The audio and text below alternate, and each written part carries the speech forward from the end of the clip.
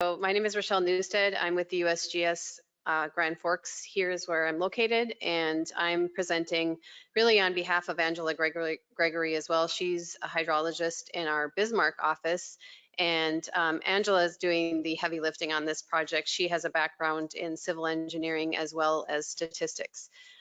So let's get started. So first of all, we just wanted to thank, as Ted mentioned, we have several partners for this project, and they kind of represent the jurisdictions in the basin. And so the International Joint Commission was a big part of this project through their International Watershed Initiative funding. The Red River Joint Water Resource District has contributed funding to this. They're in the North Dakota side. The Minnesota side, the Red River Watershed Management Board, and then the North Dakota Department of Water Resources as well. So we're thankful for the partnership that we have with them, and the USGS also provides some matching funding. You've all seen this image already, and you know, this summer brought to our attention drought conditions, and I think a lot of us living in the Red River Basin in the last 20, 30, 40 years have thought about flooding more than we thought about drought. So this certainly brought to our attention the situation of drought in our area. So, and I guess this has kind of been gone over a little bit too in different pieces this morning, but the impacts of drought, of course, are affecting water supply as well as ecological harm. Nathan had mentioned the situation for critters in the stream when the flows get low. And then, of course, in our area where agriculture is a major part of our economy, crop loss is very important. So I pulled this, it's actually a script from a speech from a president that came to Devil's Lake in 1934. And at that time, he came to discuss the problem of Devil's Lake, the problem being too little water as opposed to what we think of right now as too much water, right?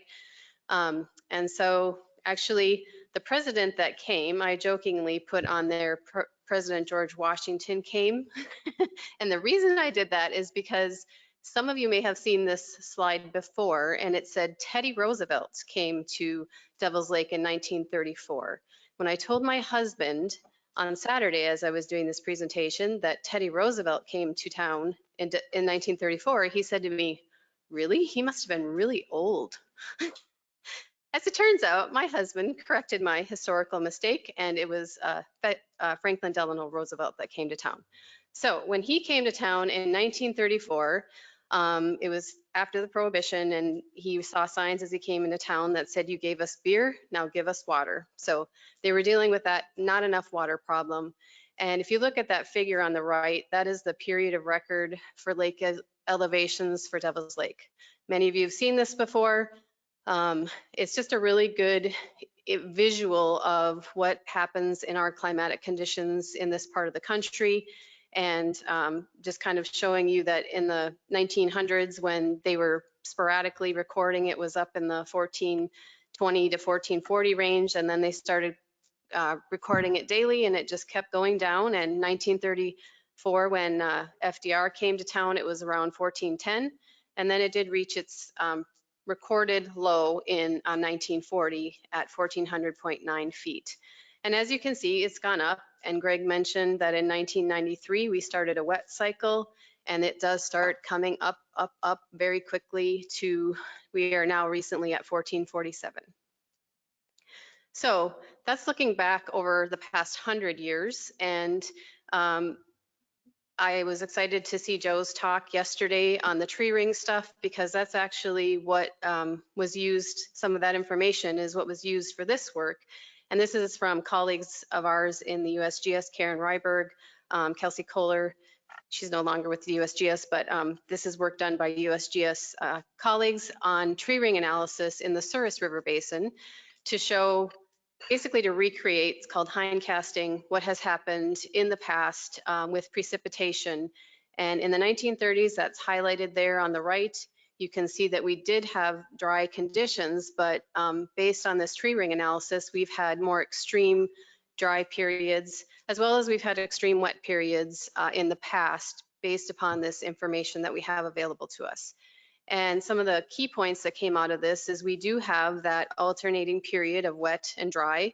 and those periods tend to last for several decades before switching. That's often referred to as long-term climatic persistence. So you tend to have a mean precipitation that is higher, and then it switches to lower, and we have these alternating wet and dry cycles. And the other piece of information that came from this analysis is that drought periods tend to last longer than wet periods. So that's looking back centuries. Now, if we go back even further and look back thousands of years, the Devil's Lake also provides another piece of information for looking back at historical, this is water level elevations. And on the right, you see the blue area there. That is the period of historic record, which is what I showed you a couple of slides ago. So looking at this recreation of the water levels in Devil's Lake, this work is done by Bloomley and others, as well as Murphy and others. And they did determine, again, it's very similar, consistent with what the tree ring analysis from centuries ago showed, in that there is this alternating period of wet and dry climate conditions that happen in our area, and that the drought periods do tend to last longer than the wet periods. So we know that we have there's a good probability that we're going to have another drought period, and we did have that this summer. That was a very brief, I think Greg referred to it as a flash drought, but there is a good probability of having those conditions last for a while. And so we are working on a drought analysis, and how we're doing this analysis is through a water balance model. So we're using historical inputs, precipitation and temperature from 1912 to 2015 to develop a water basin or a water balance model of the Red River Basin upstream of Emerson, Manitoba. And then we also generate a statistical model from those historical weather conditions to generate possible future conditions in order to simulate potential for future stream flows. And then once you get those statistically generated weather inputs, you put that back into the water balance model and look at the results to analyze how often, how severe is the drought in the next 50 years. So how will those results be used? We believe this will provide water managers better information to make more informed decisions on what to do with the water under low flow conditions. More specifically, there will be some information from this about how frequently that Red River Water Valley Supply Project might be used, some of those differences between the in-stream flow needs for the critters versus the actual drought conditions.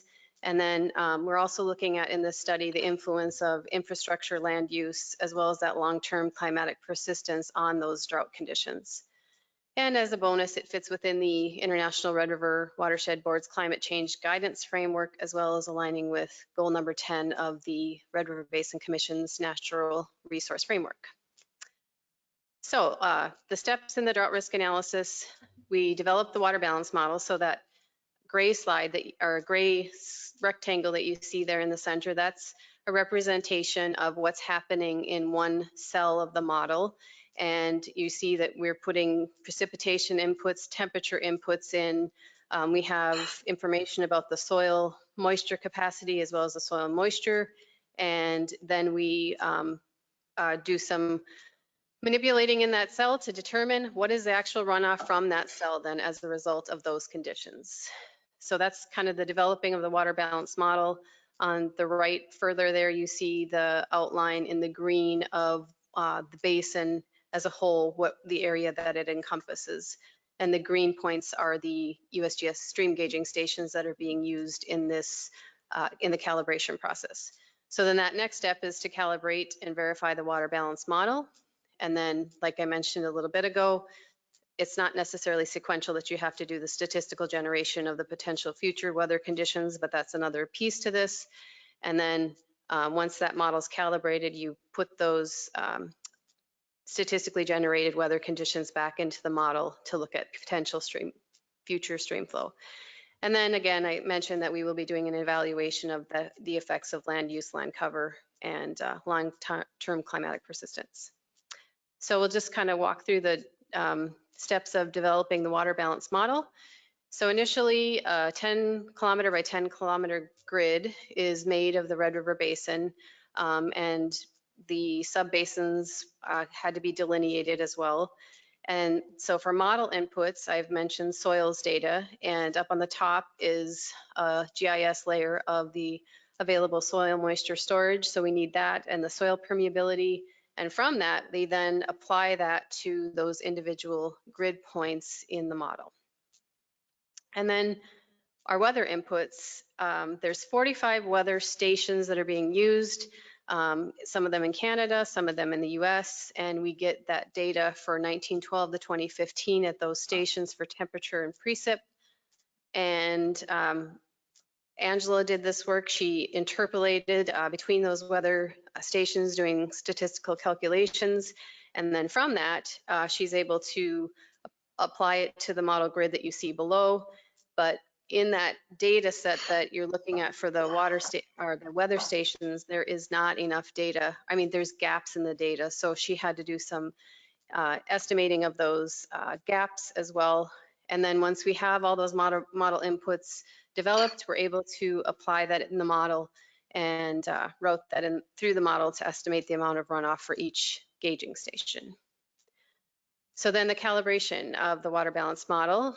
So the calibration period we're using is 1950 to 1969. Using those model inputs that I've mentioned, the stream flow is then simulated at those USGS gauging stations. And within the model, there's 17 parameters that can be adjusted to get the best fit for that stream flow, which is, you know, common in any model. You have a lot of parameters to use to get the best fit for your calibration.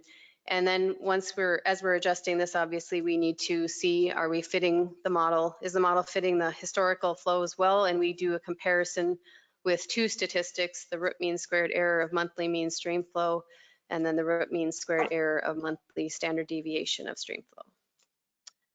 So the calibration points, there's 30 subbasins. We do have the 4 main stem sites, and then I mentioned that 17 parameters.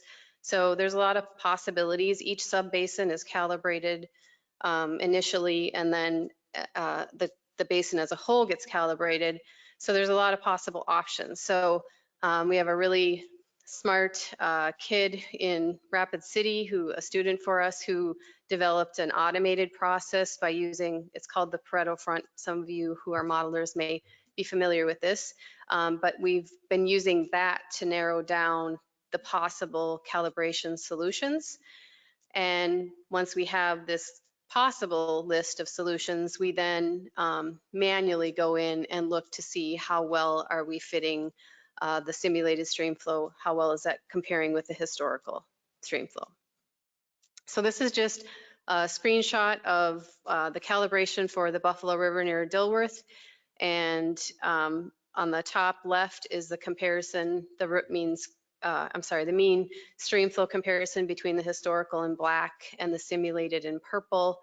And then on the right is the standard deviation of stream flow comparison. So we're doing okay. The variability from the standard deviation isn't as good as we'd like, but if you look at the bottom there on the historical versus simulated over the period of calibration, you can see that we're fitting the bottom end fairly well. The upper end we're having a little bit harder time with, and we think that has to do with non-contributing area affecting our simulation. So we're working through the calibration still currently, and trying to figure out how to address some of those higher ends that we're not capturing, keeping in mind that this is a drought risk analysis, so our focus is on those low flow ends and making sure we're getting those captured well.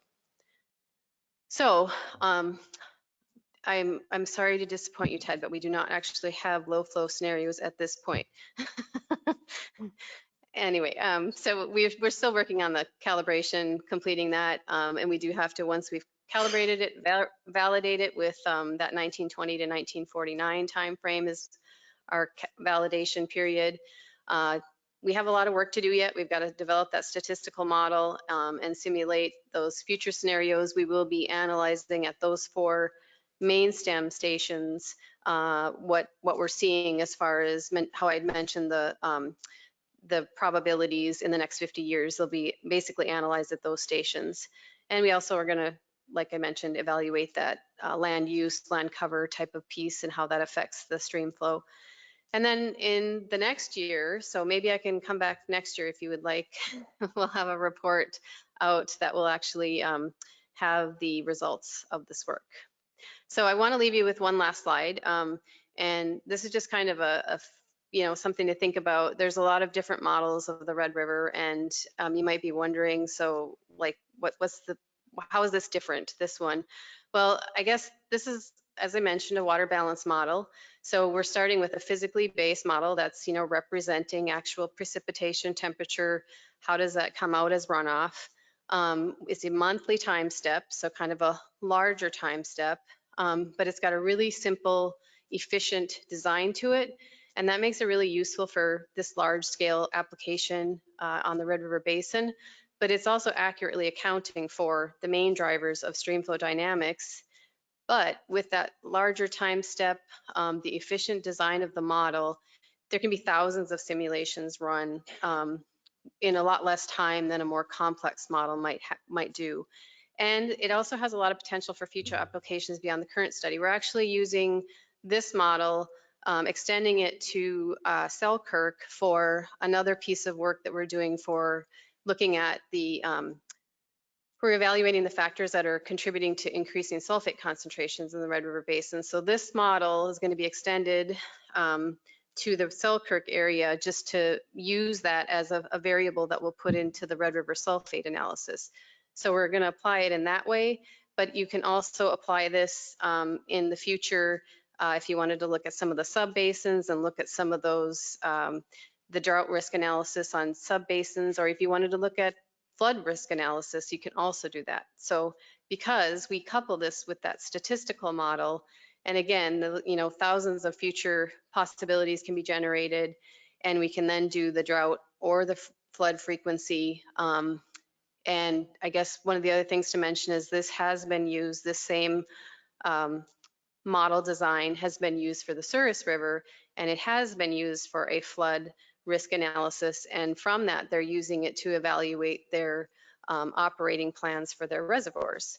And then also looking at, from that statistical model, the effects of future climate conditions on stream flow. So that is all I had.